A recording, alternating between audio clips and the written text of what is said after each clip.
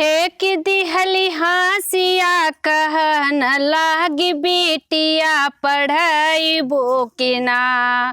माई हम का बताई दा पढ़ाइबो के नाए। फेंक दियनी हासिया कहन लागी बिटिया पढ़ाइबो के ना। माई हम का बताई दा पढ़ाइबो के नाए। गाँवा के लड़का लड़की करना पढ़ाई देखी देखी मोरा मन रहला लचाई।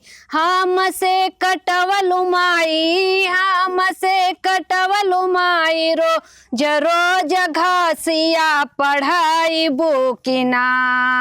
हमका बताई दा पढ़ाइबो कि ना। हमसे रोज रोज घसिया कटवलु पढ़ाइबो कि ना। हमका बताई दा माई तू पढ़ाइबो कि ना। ऐसा मन कर लायकेल चली जाई के स्कूलवा में नामवा लिखाई। ऐसा मन कर लायकेल चली जाई के नामवा स्कूलवा में लिखाई। गुरुजी से मांग ले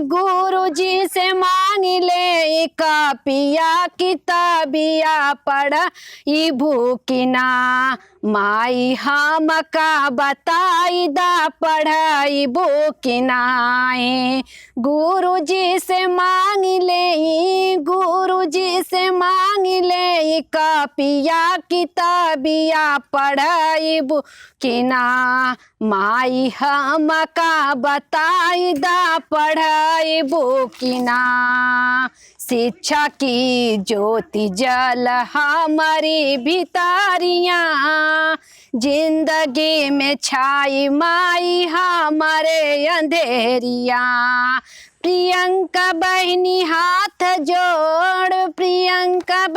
हाथ जोड़ करनी गोरिया पढ़ाइबो कि ना। आज हम का बताई दा माई हम के पढ़ाइबो कि ना।